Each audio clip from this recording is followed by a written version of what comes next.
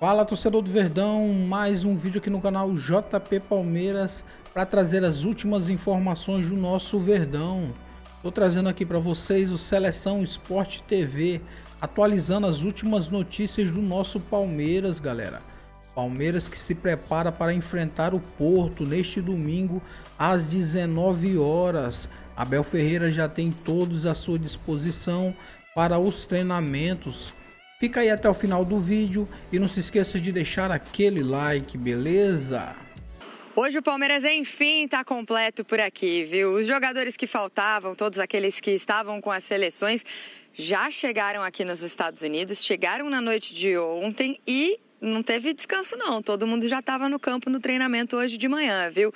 O Gustavo Gomes, o Piquerez, Richard Rios, Emiliano Martinez, Facundo Torres, Estevão, além do Benedetti e do Luiz que estavam com a seleção sub-20, todo mundo hoje já estava no gramado, claro, para os que fizeram essa viagem mais longa, um trabalho um pouco mais específico ali, jogadores que correram em volta do campo, mas para os outros jogadores, como eu disse, não teve descanso, foi um treino muito intenso. A gente tem acompanhado o dia a dia aqui do Palmeiras e o técnico Abel Ferreira, sempre vale lembrar, né? Não é costume os treinos serem abertos em São Paulo. Mas aqui os treinos são abertos por causa do protocolo da FIFA e inclusive até mais do que aqueles 15 minutos obrigatórios, viu? Hoje a gente pôde acompanhar pelo menos 40 minutos de treino e é um trabalho super interessante para a gente ver, até por não ter esse contato sempre no dia a dia, mas também para entender um pouco da intensidade que o Abel e a comissão técnica dele colocam no campo e foi isso que a gente viu hoje. Um trabalho ali em campo reduzido, em que os jogadores estavam trabalhando muito a questão da posse de bola e dos passes rápidos.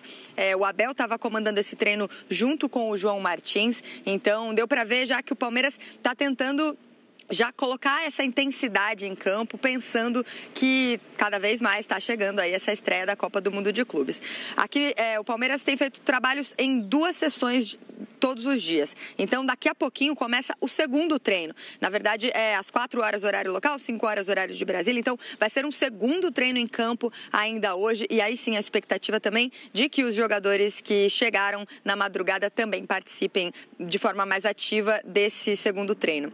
O que a gente pode dizer, pensando em time, é que o Abel começa a esboçar a escalação do Palmeiras para a estreia de domingo contra o Porto, lá em Nova Jersey. Isso porque, principalmente pensando na condição física dos jogadores, como o Paulinho.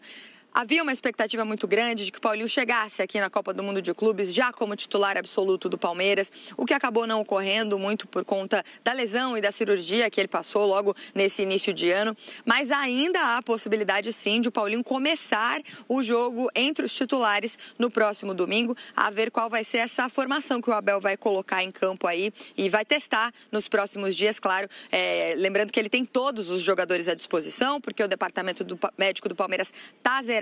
Então ele pode formar o time ideal para enfrentar o Porto no próximo domingo. Depois do treino hoje aqui pela manhã, o Piquerez, que foi um dos jogadores que chegou, que se juntou à delegação ontem, deu entrevista pra gente e ele falou sobre a expectativa de enfrentar times de outros continentes, que é uma novidade, tanto para ele como para diversos jogadores do Palmeiras e como isso gera um certo nervosismo no elenco. Vamos ouvir o Piquerez.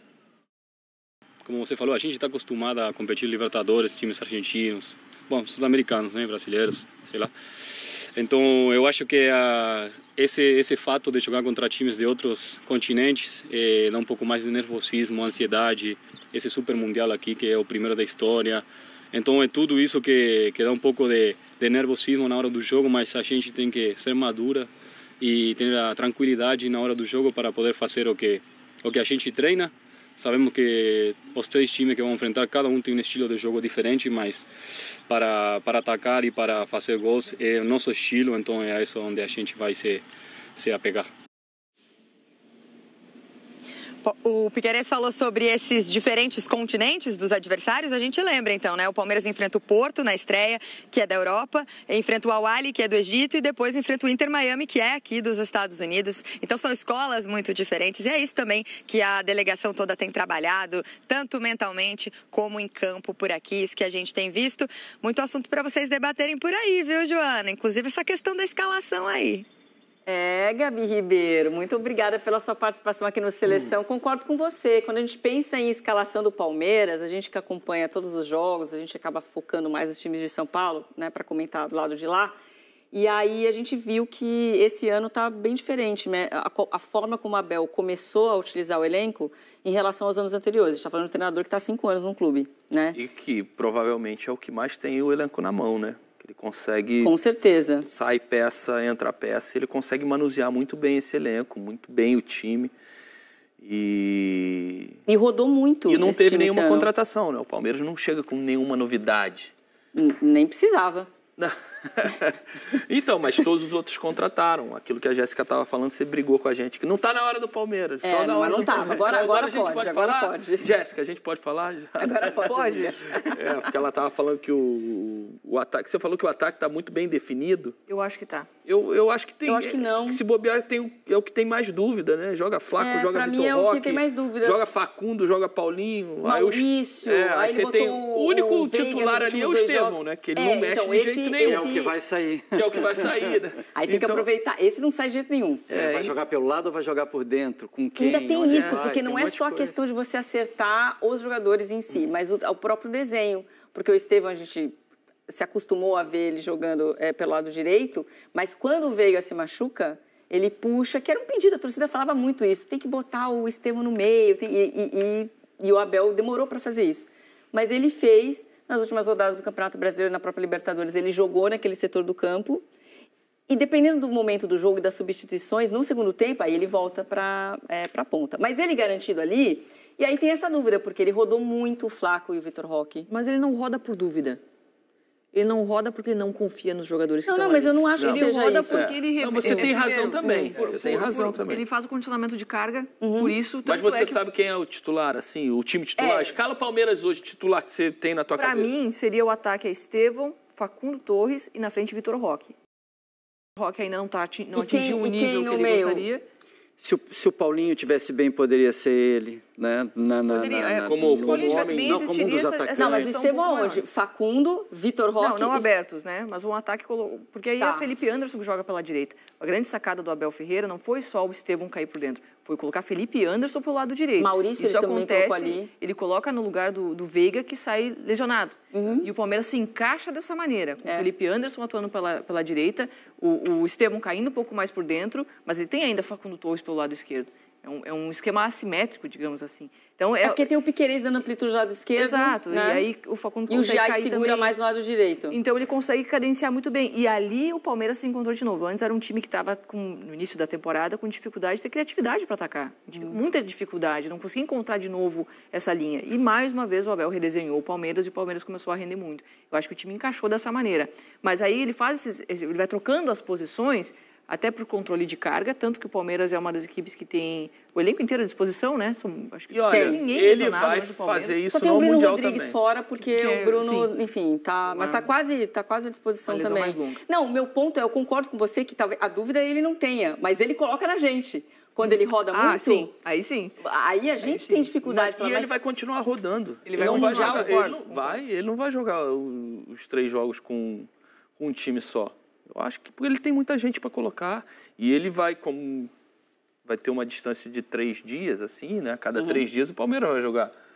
Então eu acho que ele vai mudar, ele vai querer essa intensidade. A palavra é intensidade, né? A gente estava falando aqui, o Barbosa falou na entrevista com o Galindo, a Gabi trouxe tudo em cima de intensidade no treinamento do Palmeiras.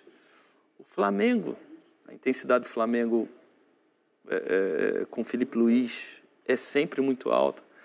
Então é isso, vamos ver essa intensidade desses times brasileiros, como eles vão colocar isso em campo e se a gente vai conseguir perceber isso muito, né? Os treinadores sabem que o tempo do jogo é o que conta muito no enfrentamento contra os times europeus. Então a intensidade é isso, a intensidade é a velocidade de raciocínio, de reação, de execução da jogada. A gente ficava muito atrás disso há um tempo atrás. Esses treinadores, quando eles chegam, os treinadores europeus chegam no Brasil, eles trazem essa intensidade de jogo. Aí os treinadores brasileiros também se adaptam, né? E hoje a parte física ela é essencial para equilibrar uma partida na marcação. Na marcação, é claro que aí tem um fator técnico que vai desequilibrar, o jogador genial do outro lado que vai fazer algo que é fora da curva, tem todos esses outros aspectos do jogo. Mas a partir do momento que o time, pelo menos, acompanha a velocidade dos acontecimentos da partida, você já consegue se preparar para o adversário. Por isso que o Barbosa falou muito disso, que o Botafogo é o que tem o grupo mais difícil. E o Botafogo tem essa questão, a gente está tentando imaginar os reforços que já serão utilizados de maneira imediata pelo Renato Paiva, mas tem essa questão física também, que é uma preocupação para ele. E o próprio Correia, por mais que fosse, né, que seja um jogador que poderia se encaixar mais rapidamente, tem uma preocupação maior, porque ele não joga, ficou 10 dias parado. E aí ele está numa... E não jogava na Inter também, então, né? Aí, não jogava, não tinha uma aí tem uma questão aí. E o Renato Paiva tem um time, né? Ele não vai modificar agora tão rapidamente com a chegada de novos jogadores. Mas nessa função ele precisa de um jogador para frente. Porque ele tem o Savarino titular, ele tem o Arthur titular, ele tem o Igor Jesus titular, ele tem o Gregor e ele tem o Marlon. Existe esperança entre os torcedores, olha aí. Por que não? Tem que existir, né? 19%, não sei torcedores de qual time, apostam aí que um brasileiro pode ser campeão. 2%. Tem mais gente achando no campeão do que o vice-campeão, hein? Olha aí. É porque chegar na final, malandro, chegou na final, vou apostar para ganhar, né? Aí... eu acho que chega a final, talvez não vença. Não, o pessoal falou, não, vai ser campeão. Vice-campeão, não quero. Semifinal, 11%. Aí, quartas de final é a aposta maior aí, com 33%. Oitavas é o número que a gente está falando, que a gente espera que os times brasileiros passem, que a gente acredita que todos têm condições, inclusive o Botafogo. Eu acho que vai ter brasileiro nas quartas. Eu também acho, eu apostaria em quartas. Em quartas? Eu acho que a meta... Não todos, né? Mas eu acho que todos vai nem dá, brasileiro. Eu acho que todos acho que nem vai dar. No mínimo um vai estar nas quartas, eu acho. Tô contigo. Eu acho que a gente precisa focar em fase de grupos e passar. Passou, você conseguiu... Muda o campeonato, né? Muda a energia. Você estabelece a meta, assim. Você sai com uma... Né? Você sai com dignidade, você sai bem da competição, passei da fase de grupos. A partir daí, o que vier é lucro. Eu aposto em pelo menos oitavas. Não, oitavas eu tenho certeza. E aposto quartas. Oitavas todo mundo? Não. Não, né? Não sei. Botafogo não asterisco, sei. porque o grupo é muito difícil. Não sei, mas a maioria passa. A maioria passa. É o que a gente espera, né? Estamos contando aí pelo menos 3 dos 4 brasileiros. Ele não está tão confiante, não. Essa risadinha do Lino... Ele tá achando que o quê? Das oitavas ou das quartas? Confiante. Mas a gente tem sempre que colocar uma surpresa aí, né? Porque sempre vai vir um da... Eu acho também. África, da Ásia, que pode causar uma surpresa e dar uma beliscada num... O próprio Seattle. É um jogo para ter muita atenção. É que é natural, a gente vê o grupo do Botafogo, até pela dificuldade dos times, a gente vai escalonar, né? O grupo já tem PSG e Atlético de Madrid. Qual que é a baba do grupo? Em tese não tem. Mas, se for para colocar por ordem de dificuldade, a gente vai colocar o Seattle Sounders. Mas não que seja fácil, muito pelo contrário. É a torcida mais chata, que lota mais o estádio. É um time tradicional, que tem essa cultura bem enraizada na cidade. É um time que constrói o jogo, não é um time que se livra da bola. É um time que gosta de sair com aproximação tocando desde o seu campo de defesa, tem isso como característica. É um time que tenta manter compactação, organização. Claro, a gente está falando, ele é o 12º, se não me engano, na MLS. E tem suas dificuldades técnicas, tem suas dificuldades táticas. É claro que é um time que é batível, né, que é superável, mas ainda assim é um time que sabe o que fazer quando tem a bola no pé. Então, claro que tem que ter atenção, tem que ter muita concentração. Esse é um jogo que pode ser marapuca, sabe? Se não for levado com o máximo de... Claro que vai ser, né? Mas se não for levado com o máximo de concentração, pode ser surpreendido. Melhor pegar... considerando esse grupo difícil do Botafogo, é melhor pegar eles primeiro, Eu acho que o Botafogo dá azar no grupo, mas dá sorte de pegar o você vai crescendo ali. E dá confiança, já tem 3 pontos na tabela, sabe? Mas também se tropeça, acaba a competição ali mesmo. Não tem jeito. A questão do Seattle não é nem o que mais me preocupa. Os árabes... Quem tá? Tá o Hilal. Ao Hilal, ao Ali. O Ali é... Você quer olhar no geral? A gente vai olhar os grupos daqui a pouquinho por exemplo, inteiros. Aí a gente vai conseguir... O próprio Esperance da Tunísia não é... do Flamengo. São subestimados, Tunísia, Egito, Argélia, esses times são sempre... O Esperance, a linha defensiva do Esperance servia a seleção da Tunísia até pouco tempo atrás. Agora a Tunísia está passando por uma mudança desses jogadores, não foram mais convocados, mas são jogadores que serviram a seleção. Tem brasileiro que joga lá. E é o time de melhor fase no grupo. Ganhou o campeonato tunisiano, Copa da Tunísia, vem numa sequência de vitórias. O primeiro jogo que o Botafogo perdeu no Mundial foi Pachuca? Foi o Pachuca? Mas o Pachuca Tá ou não? Não tá. Não, o mexicano é o América. Não, o América... Pachuca tá, desculpa. O Pachuca tá. O América não tá. O América não tá, perdeu pro LA. Perdeu pro LA, Exatamente. exatamente. Pachuca e o América ficou fora pro LA. O Pachuca é um time, né? Por isso que eu tava falando. Olha os grupos aí. Ó, Al Ahly do Egito, esse vai brigar com o Porto aí, Palmeiras. O Inter Miami não vejo muita... Os americanos eu não tô acreditando muito, Até não. porque o Inter Miami foi convidado, né? Foi. Diferentemente Por que será, dos outros times. Por quê? Não faço nem ideia. Mas, enfim... Ó, se o Aida, o Haddad, né? Do Marrocos ali no grupo do City, do Juventus. Time chato esse time do... Monterrey, eu tava atrás do Monterrey. Que também é do O México. Pachuca e o Monterrey, o outro mexicano. Esse aí, talvez, o grupo é um grupo...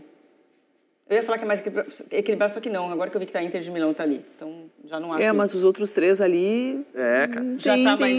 tá equilibrado. Os times japoneses são muito organizados. É muito tradicional.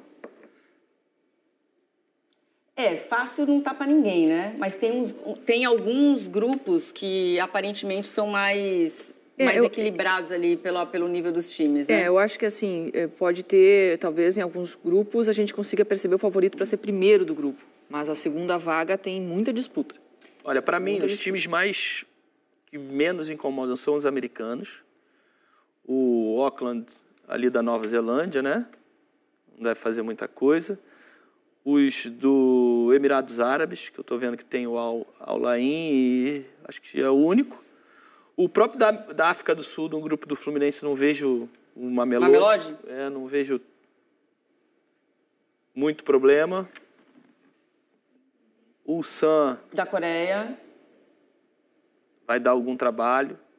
Aparentemente o grupo do Fluminense ele dá essa sensação de ser mais acessível, mas quando você olha todos os grupos, os times, mesmo os menos conhecidos, eles têm credenciais continentais, então existe eles estão ali porque, diferentemente do Inter de Miami, que a gente já brincou aqui, que recebeu um convite, o Al Ahly, por exemplo, que é um super campeão no Egito, já faz alguns anos, incomoda os brasileiros nos mundiais, né, o mundial tradicional que tem todo ano. O Intercontinental. O Fluminense, como ele estreia com o Borussia Dortmund, ele coloca... que é o contrário do Botafogo, já começa... ele coloca a referência dele do grupo muito pelo alto, né? Mas tem aquilo que o Roger falou, Borussia vinha de descanso agora, treinador pode ficar ou não, o elenco é um elenco que vai ser reformulado, mas é bom lembrar, o time voou no campeonato alemão depois que o Niko Kovac assumiu, né? Da 11ª posição para a zona de classificação para a Liga dos Campeões da Europa. Nos últimos 6 jogos, pelo menos 3 gols em todas as partidas. É um time que engrenou Guirassy, e a facilidade que o time tem para fazer gols, para se movimentar, é um time fora do comum. Na reta final do campeonato alemão, a recuperação é impressionante. Mas para acelerar tanto na reta final de um campeonato, você tem que contar o desgaste. Você se desgastou. Mesmo tendo descansado, a gente precisa ver como é que o Borussia volta para um começo de competição num grupo onde, teoricamente, ele é o favorito, né? Então, não é ruim para o Fluminense estrear contra o Dortmund, não. Pelo contrário, é bom para o Fluminense até essa estreia. Pode ser uma oportunidade. Eu penso já diferente. Que a gente estava falando pela lógica do Botafogo, né? Mas é que o Botafogo, o grupo tem 2 adversários difíceis, né? Ali estreia é sempre problemático. Exatamente, porque estreia tem sempre uma tensão maior. Então, se você puder pegar o mais fraco... para você ganhar, mesmo que for 0-0, jogando mal, você bota 3 pontos no bolso, se você passa um pouquinho essa questão da tensão, relaxa um pouco na competição e já tem 3 pontos.